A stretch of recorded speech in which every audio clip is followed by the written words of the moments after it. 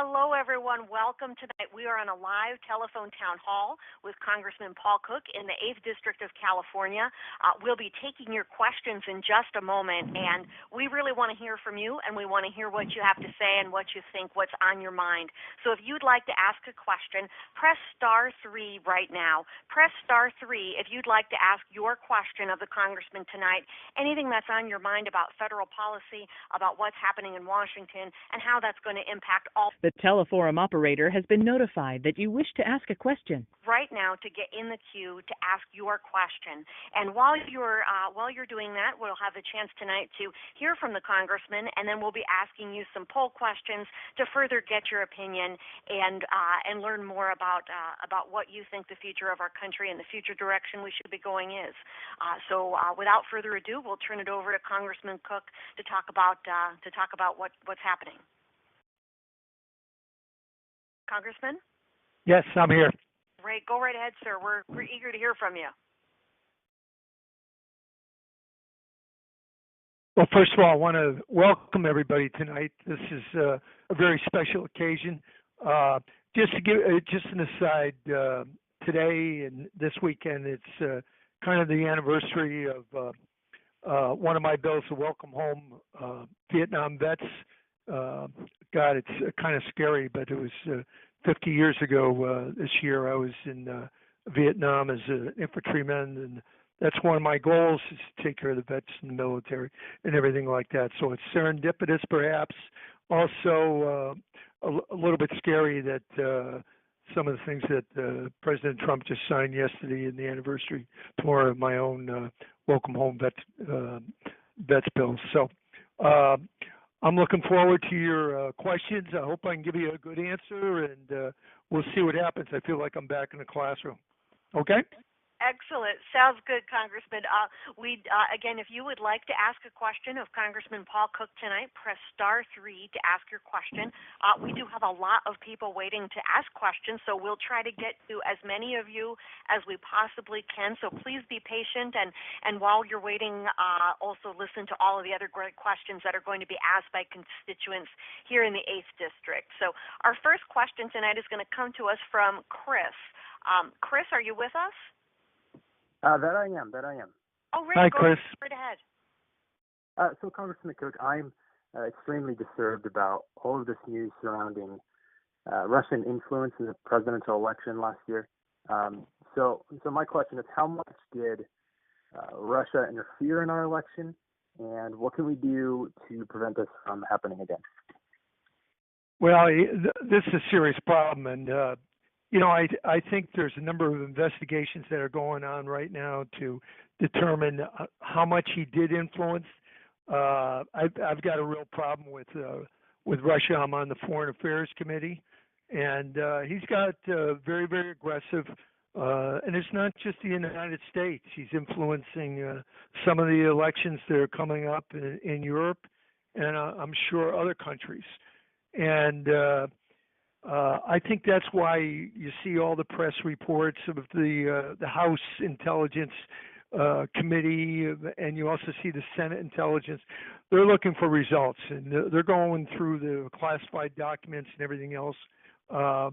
In my mind, this is well planned. I think he has an agenda. I don't know if we can ever read Putin's mind, but this is a country that is going to advance their agenda in a lot of different ways, militarily, politically, economically. And this is a new part of the new hybrid warfare, if you will, where they use the internet and to the point of influencing elections, public opinion. They have their own TV, which, by the way, I hope you don't watch it, but if you do, it's very well done. And it's an agenda that works very well. And of course, you got Snowden, who is the defector that's still in Moscow right now, probably advising Putin and other Russians on American society. And so I don't want to be premature, but yeah, I think the Russians were involved. How much, where exactly, that's what we're going to find out, and hopefully in the near future, in the next 6 months. Thank you, Congressman. And to those of you who just joined, this is a live telephone town hall. We're on the line with our 8th District Congressman Paul Cook. He's here to take your questions on any and all topics that might be on your mind. To join the conversation, ask your question, press *3 right now. And we do have a lot of folks that are waiting and eager to join the conversation and ask questions. So please be patient. And while you do, we'll take questions from the audience. And through the course of that, someone else might ask a question similar to yours and get that answered, which is perfect. We all know that representative government works best when people participate. So throughout the course of the town hall tonight, we'll also be asking poll questions to get your opinion on some other topics and issues of the day as well. Again, it's *3 to ask a question. The next question we've got for you tonight is from Amanda. Amanda, are you with us? Yes, I am. Hi, Amanda. Welcome to the telethon, I guess. Well, I just wanted to say thank you for your service, sir, first of all. And I guess my question is that over the past few weeks, there's been a lot of talk about the Republican plan to replace Obamacare, but it didn't seem to have enough support to pass Congress. The question really is, how would you have voted on the Affordable Care Act if given the opportunity, Congressman? Well, you know, I was undecided for a long while, and I tell you, I must have been asked that question by leadership about, I don't know, 15 different times.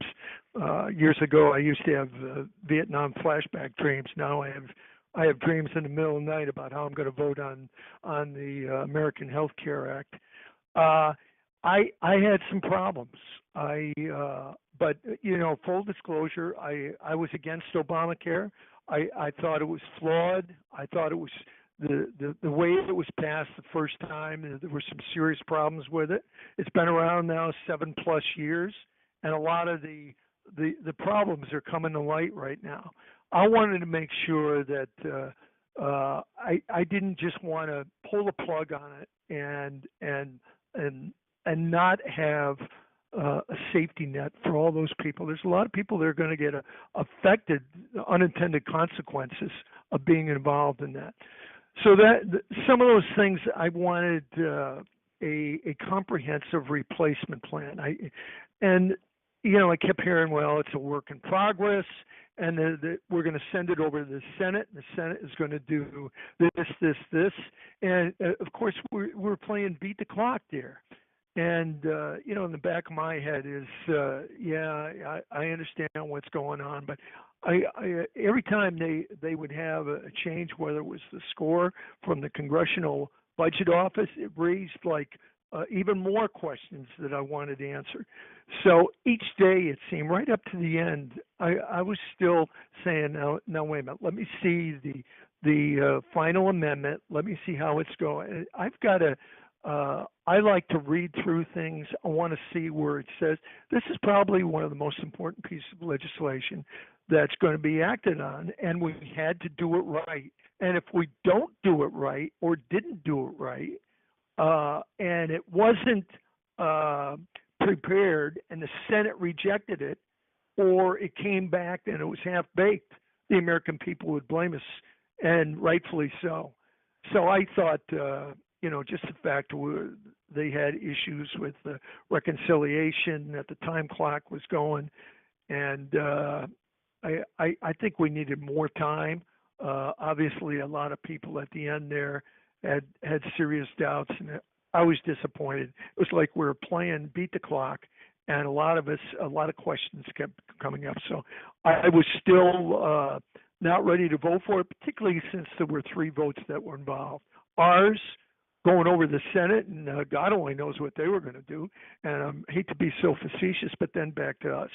So it's very, very complicated, and that's where I stood at the end.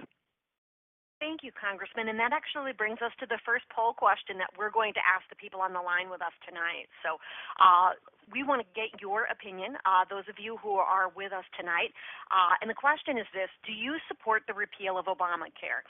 If you support the repeal of Obamacare, press 1 for yes, press 2 for no, and 3 if you're undecided. Again, 1 if you support the repeal of Obamacare, 2 if you do not, and 3 if you're undecided.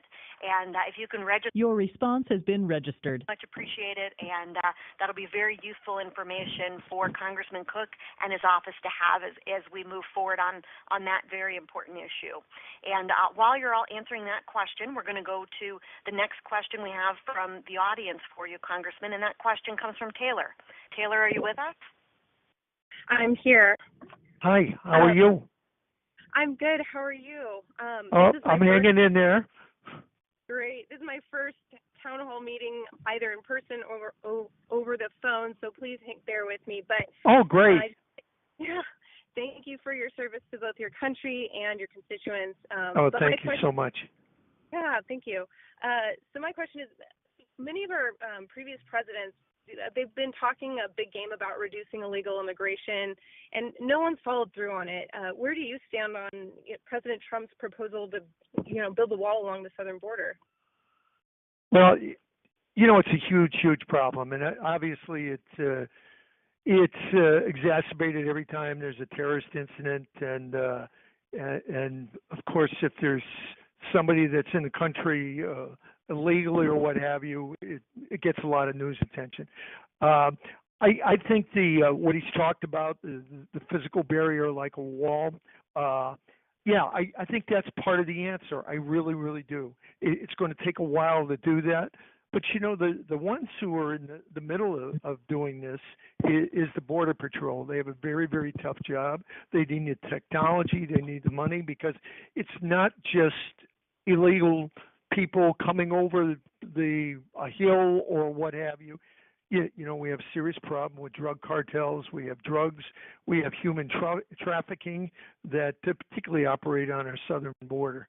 And so I think those individuals and the technology that goes along with it, I support the president on what he's going to do on that. And but more than that, it puts the onus on those men and women that have a very, very difficult job down there to do with it, and quite frankly, a very, very dangerous job.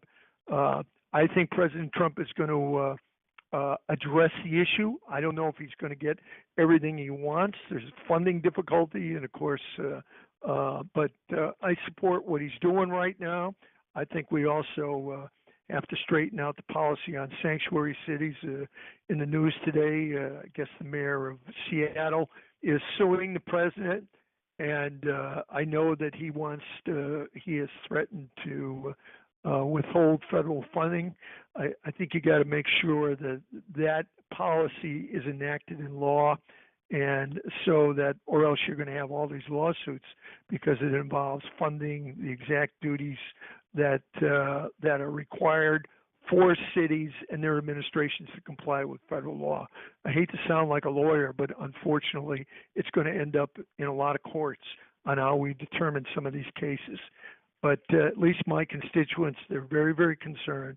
I think they're concerned about security in the world. They're concerned about ISIS, Hezbollah, all the different terrorist groups, and they're worried about security in the United States.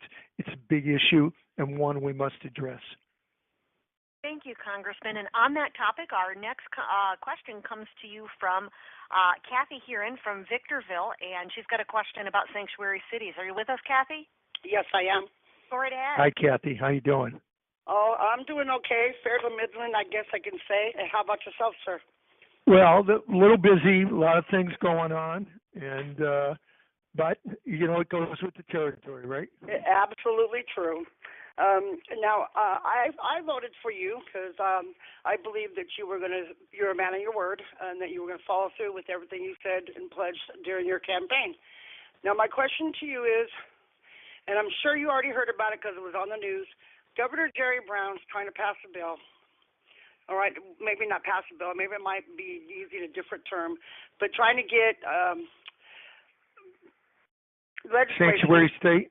Yeah, to make California a sanctuary state, and I want to know where you stand on that and what you plan on doing about it. It's kind of ironic. He was here last week. I was in the assembly when Jerry Brown was up there, and I got to be honest with you. I like Jerry Brown. We just don't agree on politics, and one of the major areas we don't agree at all is this issue. Now, he was asked this question in a little conference that we had here, and he kind of ducked the issue. He, quite frankly, I don't mean to misquote him, and the governor can say what he wants to say, but I am against it. But he mentioned sanctuary, and he made a comment that the only sanctuary that he thought there should be is in churches or with churches, and this is goes back to the historical, you know, that was used years and years ago. So I don't know if he's going to go along with Kevin DeLeon, who is the Senate Majority Leader. He's the one that's pushing that bill in California. I am against it 100%, and I think it'd be a huge mistake. Obviously, I think it's going to be along party lines, and there's a number of people that this is they're going to push that. I don't know if the governor will go along with it. I hope he vetoes it, but I think they're going to have the votes to get it through the Democratic-controlled state assembly and the Senate. So we'll see what happens. Federally, obviously, you're going to have a lot of issues from Congress and the administration and the Senate. Great. Does that help at all, or answer your question? Yes, and actually that comes to our next poll question that we have. Yep. So the next question that we're going to ask those of you on the line, again, this is a two-way street. We're going to answer questions, and then we're going to ask you what you think. So we want to know, do you approve or disapprove of President Trump's performance? If you approve of President Trump's performance in office so far, press 1. If you disapprove, press 2. And if you're undecided, press 3. Again, if you approve of President Trump's performance, press 1. If you disapprove, your response has been registered. Undecided, press 3, and we'll be eager to see the response to that question as well. So thank you very much for those of you who are sharing your opinions with us as we go. The next question that we've got for you tonight, Congressman Cook, comes from Gokul, who has a question about veterans and entrepreneurship. Congressman, thank you so much for your service, and really wanted to thank you for sponsoring, which is a really amazing piece of legislation. And I have a lot of friends who serve in the Army, and I just wanted to thank you on behalf of them for the wonderful act. My question today is regarding the digital entrepreneurship in the Valley. I'm an immigrant. I moved to this country for my graduate studies in electrical engineering 8 years back, and I followed all the immigration laws of this country. I wanted to start a business in the district, employ people there, but unfortunately, I'm looking at a 50-year wait for my green card because I was born in the wrong country. Hi, can I have your name and question, please? Hello? Hello. Sorry about that. My name is Aaron, and my question is about the proposed budget defunding the State Department by 28%. Okay, I'm so sorry, Aaron. What's your last name? Goodwin? Goodwin? Okay, and Aaron, what city are you calling from? Apple Valley, California. Okay, and then let me get that question one more time, a little bit slower. My question is, the White House proposed budget cuts the State Department funding by 28%. And General Mattis has said, if you fail to fully fund the State Department, I'm going to have to buy more ammunition. So I want to know if Congressman Cook will protect our soldiers and commit to vote against the budget that takes those kind of cuts out of the State Department.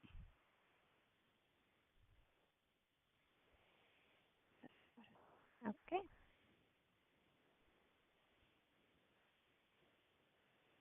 All right, thank you so much.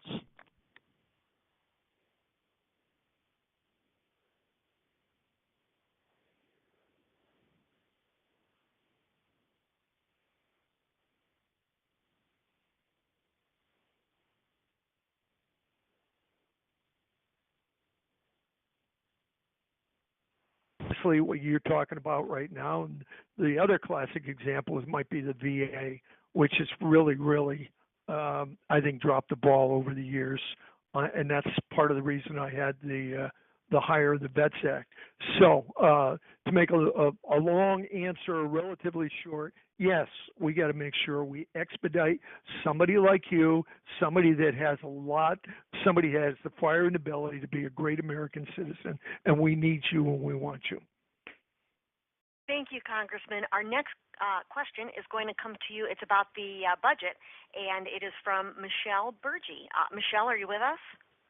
Yeah. Hi, Michelle. Hi. How you doing? I am doing good, and I'm calling from 29 Palms. Oh, and, good. So what I wanted to ask is, I wanted to ask you if you'd given much thought to President Trump's proposed budget.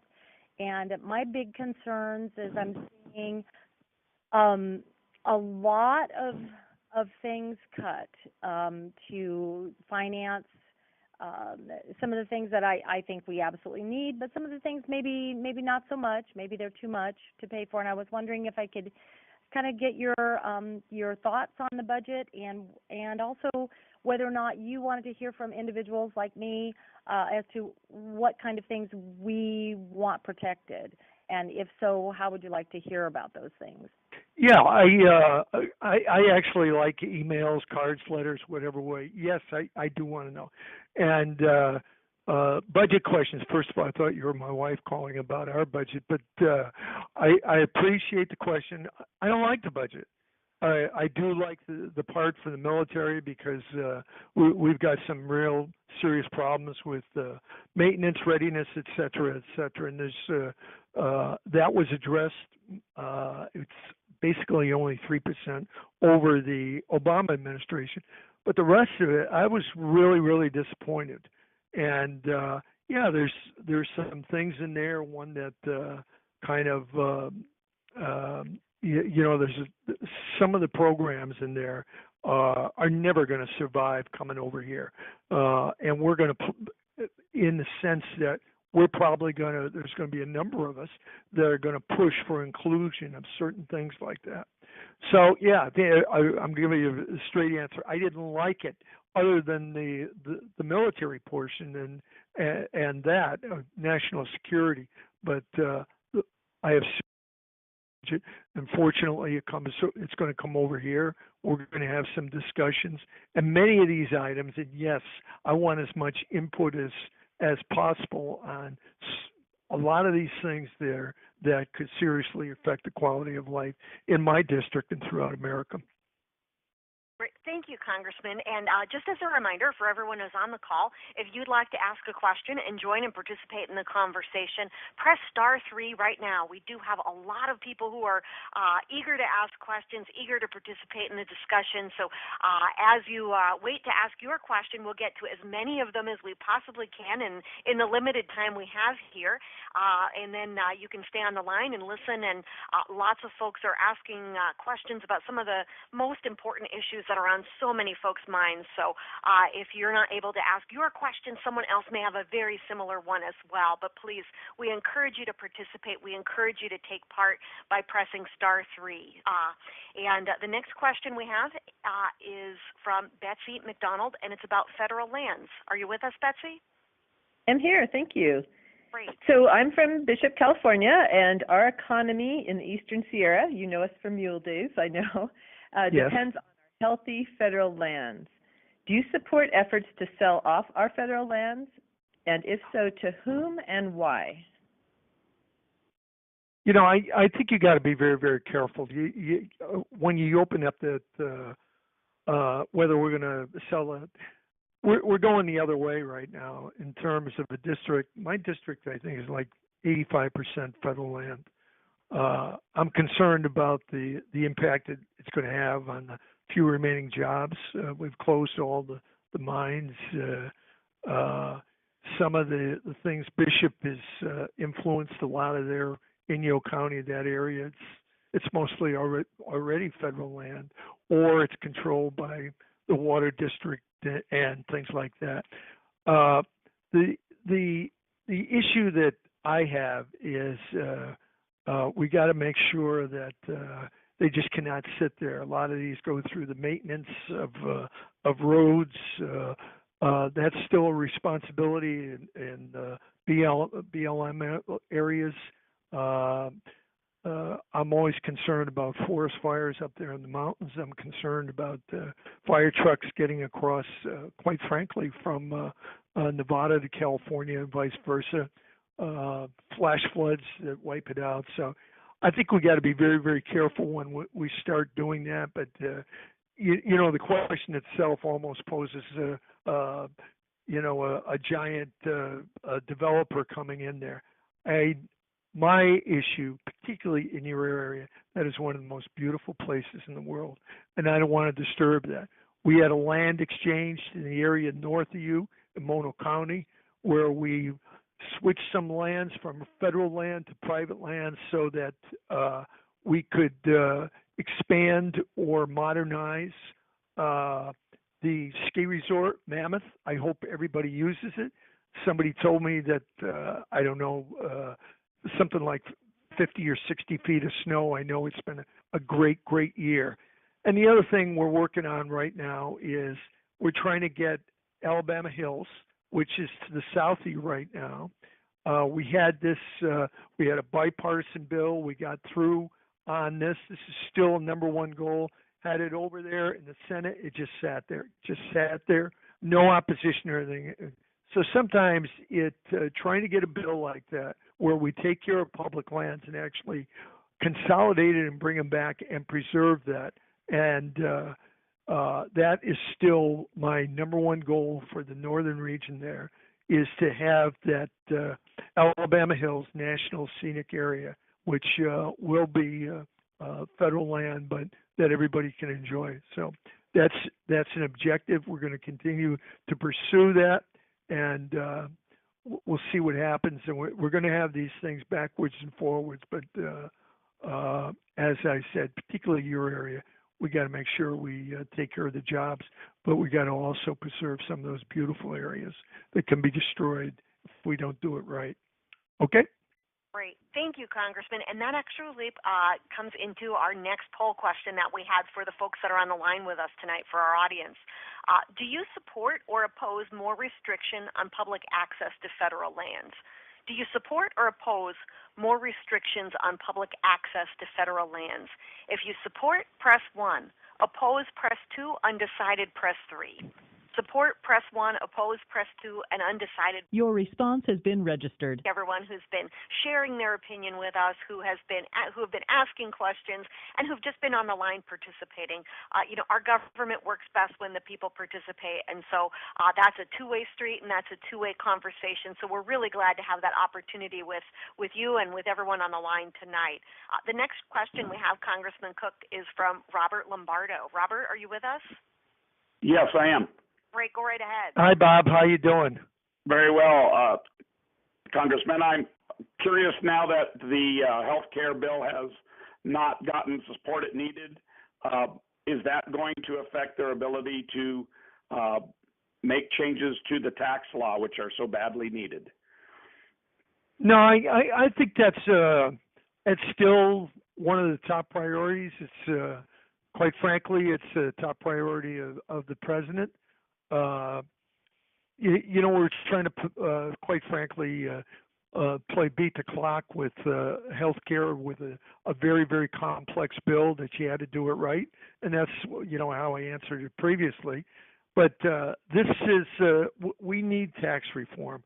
It's very cumbersome. Everything else wants something to make taxes simpler, more affordable for more Americans, particularly small businesses, the ones that risk everything. And guys, like the federal government throws one thing or another, and the tax code in the past has been ridiculous. Now, all the accountants in the world are probably going to hurt me or hate me for this answer, but it's got to be simplified, and it's got to be done correctly so that we make it more efficient.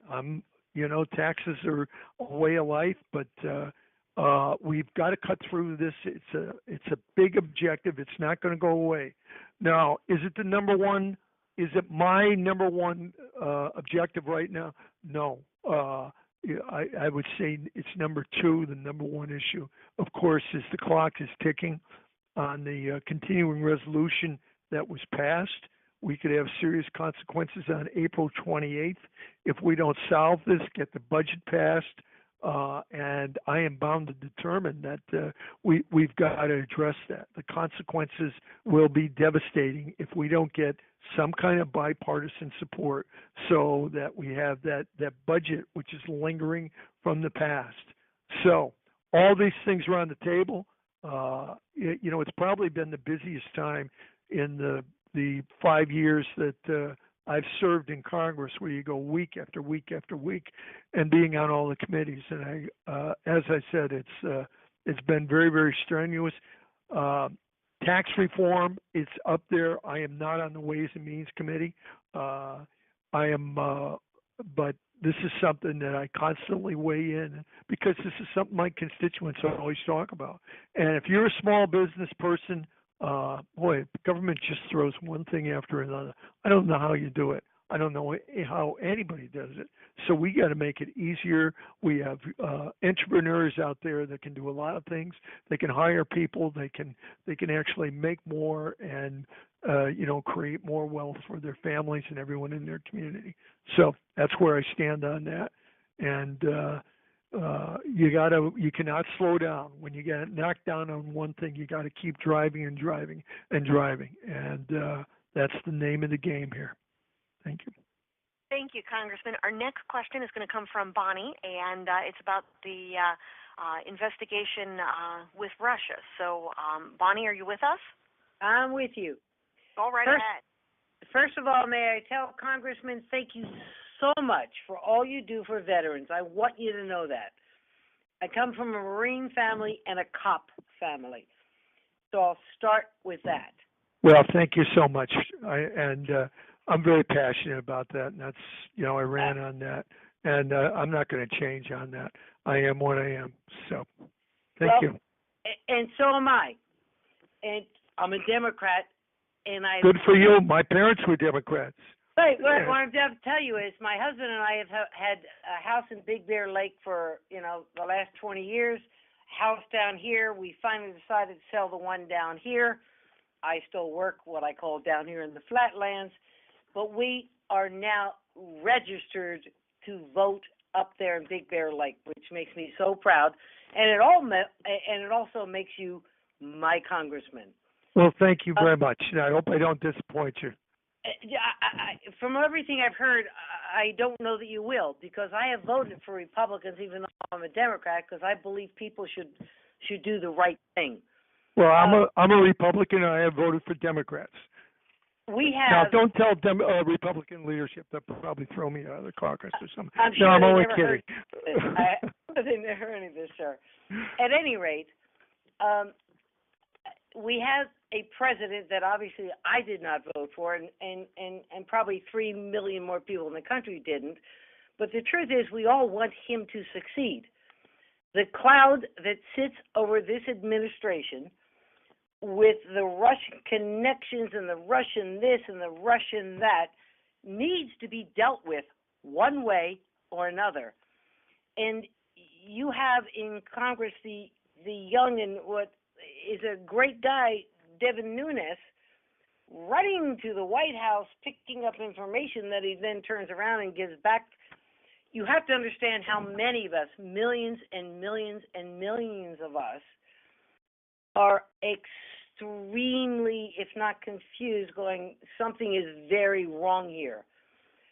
You, as a Republican congressman, have more power to ask that person not to leave the Congress, but to step down from this particular investigation. What is your feeling and position on this, sir? Well, I tell you, you're absolutely right. It's very, very confusing. Some of the things that happened, obviously, General Flynn, I thought he was fired, and I thought, the general for his service and everything else, but I think he did something inappropriate, and that's what happens. You serve at the beck and call of the president, and I thought that was the right decision. I supported the Attorney General when he recused himself from the Russian investigation because he had met earlier with a Russian. The whole subject of Russia has suddenly become very, very toxic, and I've been one of those ones.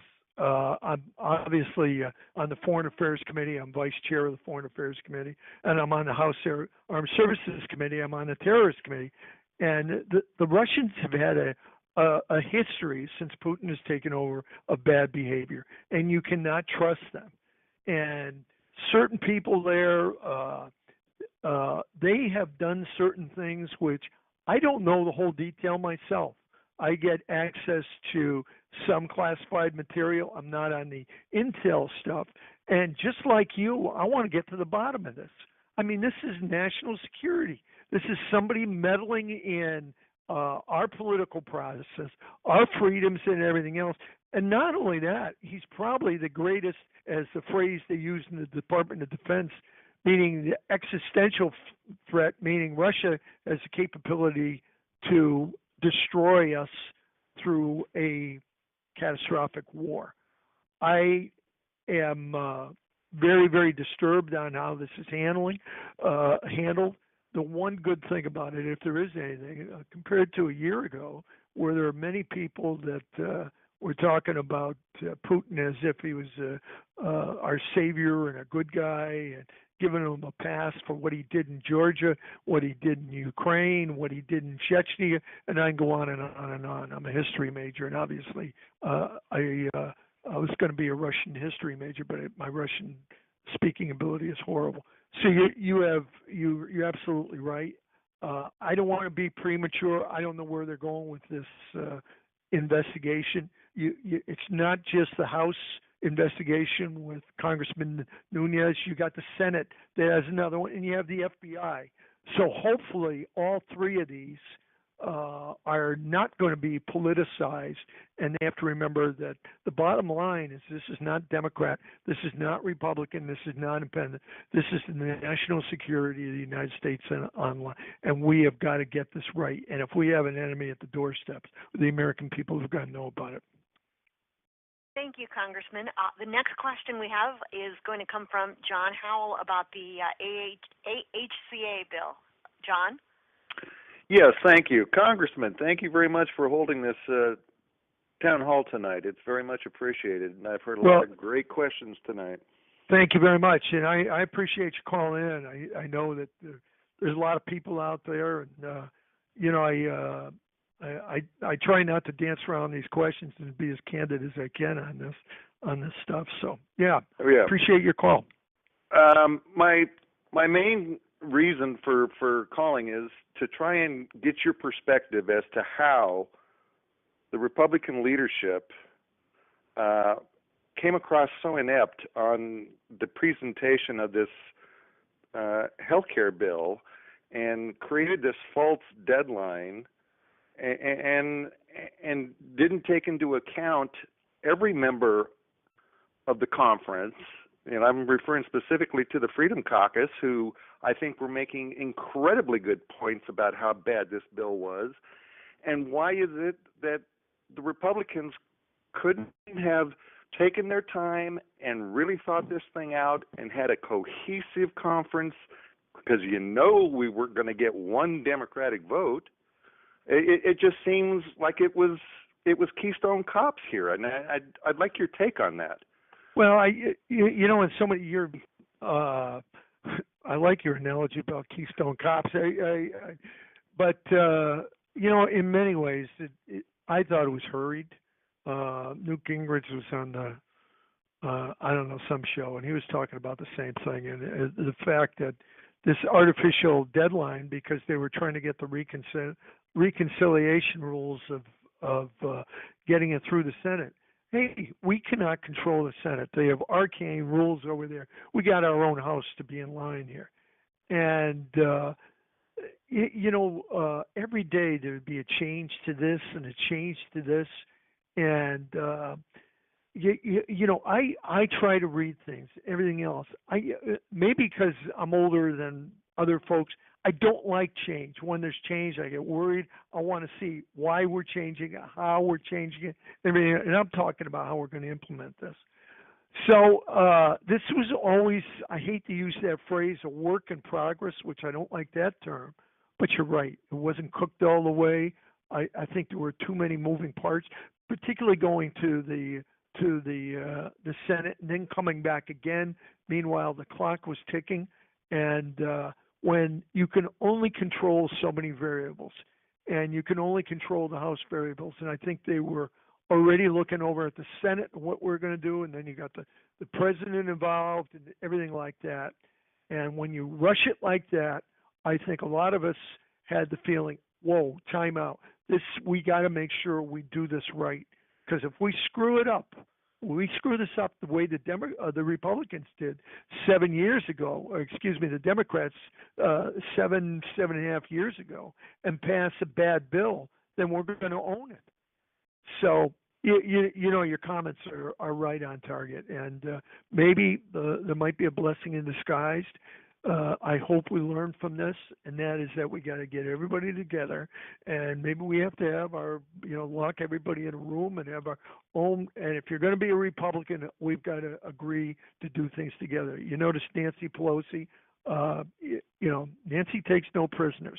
She's got party discipline, and unfortunately, I'd say they have better party discipline than we have in the Republican Party right now. Great. Thank you, Congressman. The next question we have comes from Ralph Ekelman about North Korea. Ralph, are you with us? Yes, I am. Hi, Ralph. How you doing? Hi, Congressman. I was just kind of curious. We see a brazen North Korea firing these missiles out of compliance with the treaty. And I'm just wondering if there's any collusion between Mideastern countries and North Korea. What is going on? Why are they, we know that they're not our friends, and I'm just wondering, with Iran getting close to developing nuclear weapons, what, if anything, have you heard about collusion of Mideastern countries with North Korea? Well, you're absolutely right. And of course, Iran, they've been sharing technology and secrets with North Korea for quite a while. The earlier calls talked about Russia. I'm not saying Russia is predictable, because they're not, but Russia will act very dangerously and against the United States, but they're going to do things in their best interest. North Korea is very, very difficult to predict what that madman, and I will use that term there, he's got nuclear weapons, and he could conceivably send an ICBM all the way across the ocean and land in California, which the consequences would be catastrophic. And even the Chinese are worried about that. The Chinese have their own goals for the Far East, both economic, military, political, the whole works. And the fallout, pardon that expression, of North Korea doing something like that. But this individual is so unpredictable, even to where he assassinates his relatives in the most bizarre, inhumane way. And right now, he's more unpredictable and in his own right, more dangerous than anybody else. And I think various administrations thought that, we'll give money for food and everything else, and they'll turn the economy. All they did was just turn it into a wartime economy, stressing. And of course, the Chinese and other people have given them the technology, and we have a very, very, very, very dangerous situation there. And in many ways, I think more dangerous, even though they don't have the weapon systems that the Chinese and the Russians have, but because he's so unpredictable what he's going to do, and his major enemy is the United States. And if we can survive this, that is why it's so important, whether you like it or not, to continually have a dialogue with the Chinese, because the Chinese have the most influence with them. The Chinese have cut off imports of coal from North Korea into China, which is kind of a surprise because that did stabilize their economy quite a bit. But it's very, very dangerous, and I think it's probably the greatest threat that we're facing right now. So you follow the news very, very closely, and you're very well informed, and I appreciate the question. Thank you. And that leads to the last poll question that we have for the folks who are listening with us tonight. So the last question we have for all of you is this. Do you support the proposed increase in military spending? So we want to know what you think now that we've been having this conversation for some time. If you support a proposed increase in military spending, press 1. If you do not, press 2. And if you're unsure, press 3. Again, if you support the... Your response has been registered. Press 1. If you don't, press 2. And if you're undecided, press 3. And while you're responding to that question, we have Charlie Broughton with our next question. Hello. You may have answered this question already, but I'll ask for a little more detail. And thank you very much for holding this forum. I find it really interesting. It's about the president's or the administration budget blueprint that was put out. You said that you don't like the budget and you were disappointed by it. My question was that it seems to eliminate lots of programs that people rely on for energy assistance and affordable housing, even food distribution and things like that. And so I was going to ask how you would support those kind of lower income people if a budget like that was presented and possibly passed. Well, you know, there's a lot of things in there, and everyone, you get 50 different people, and they're probably going to have 50 different priorities. Yeah, I'll reiterate, I don't like the budget, other than the national security part. I don't like, I'm very, very sensitive to seniors, maybe because I are one, pardon the English, as a college professor. I'm trying to be funny. But you need a safety net. There's a lot of things that have been built in there. So I said it once, I'll say it again. I'm not happy with the proposed social aspects of the budget there. I think a lot of Americans, I think Congress is going to have an obligation to make sure that we listen to people like you and others, that we've got to have it balanced and everything else. I know they're worried about the deficit and everything else and how you do this. That's part of the reason I want tax reform, is maybe we'll make it more efficient and actually more money will flow into the coffers. But I think we still waste a lot of money on stupid programs.